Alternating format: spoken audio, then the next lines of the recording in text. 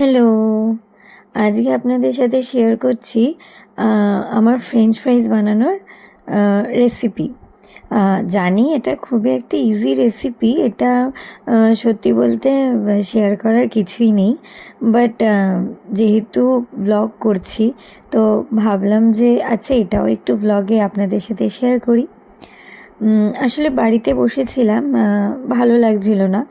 আর রোববার দিনটা না খুব বাইরে খেতে টেতে ইচ্ছা করে, কিন্তু খুব বাইরে খাওয়া হয়ে যাচ্ছে বলে আর ইচ্ছাও করছিল না বেরোতে।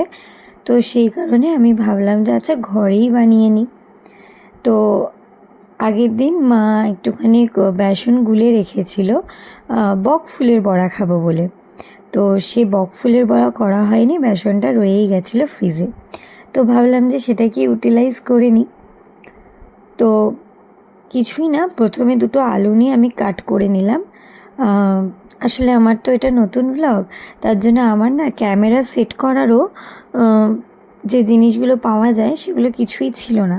তাই এক হাত মানে বাঁ হাতে ধরে ডান হাতে করছিলাম, আর যেগুলো আমার দুটো হাতে ইউজ হচ্ছিলো সেখানে আমি আমার মা বাবাকে কাজে লাগিয়ে দিয়েছি।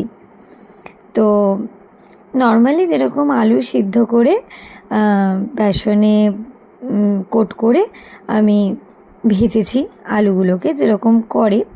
তবে ফ্রেঞ্চ ফ্রাইসটা অ্যাকচুয়ালি ছাঁকা তেলে ভাজা হয়। আর আমাদের বাড়িতে মানে যে কোনো সংসারী বাড়িতে ভাজা তেল মানে সে একদম ছাঁকা কড়াই ভর্তি তেলে খুব কমই রান্নাটা হয় ভাজা বড়াগুলো। তো আমি অল্প তেলেই, আর এমনিতেও না আমি একটু অয়েলি খাবার পছন্দ কম করি। তো যখন ঘরে বানানো হচ্ছে তখন অয়েলি করার কি দরকার। তো যতটা কম তেল হওয়া সম্ভব ততটা কম তেলেই আমি আলুগুলোকে ভেজেছি। এবং যেহেতু অল্প তেল নিয়েছি সেই কারণে না আমি 3টে ব্যাচে আলুগুলোকে ভেজেছি। আপনাদের হয়তো ভিডিওতে দেখে মনে হতে পারে যে আলুগুলো পুড়ে গেছে, আসলে পোড়েনি। ব্যাপারটা হচ্ছে আমাদের রান্নাঘরে ভিডিও করার মতো অতটাও লাইট নেই, নর্মালি যেরকম থাকা দরকার সেরকমই। আর আমি যেহেতু নতুন নতুন ভিডিও করছি তো আমার অতটা এক্সপিরিয়েন্সও নেই যে আমি কী দিয়ে লাইট বাড়াবো বা কী করে আমি এক্সট্রা লাইট আনবো। তো আলুগুলো পোড়েনি, এটাই বলার জন্য এত কথা বললাম যে আলুগুলো পোড়েনি।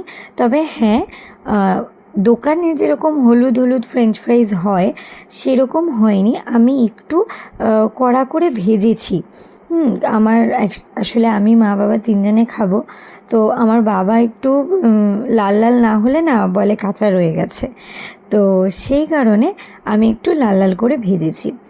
তবে খুবই ক্রাঞ্চি হয়েছিল, মানে আমাদের যে যখন আমরা খাচ্ছিলাম জিনিসটা বেশ মানে ওপরের কোটিংটা অল্প দিলেও সেটা খুব ক্রাঞ্চি হয়েছিল, সেটা বাবা মা দুজনেই বলল। তো আমি তো সেরকম রান্নাবান্না পারি না, যতটুকু পারি এবং যখনই করবো, আসলে আমি প্রচণ্ড অলস একটি ব্যক্তি। তো আমি যতটুকু পারি বা যখন করব আমি ভ্লগ করব। তবে বছরে হয়তো একবারই আমি করব রান্না। আসলে আমি খুব একটা রান্না করতে ভালোবাসি না। আমার মনে হয় কেউ রান্না করবে আমি খাবো, আমি খেতে খুব ভালোবাসি। তো আপনাদের যদি ভালো লাগে ভিডিওটা অবশ্যই একটু লাইক কমেন্ট আর সাবস্ক্রাইব করে দেবেন।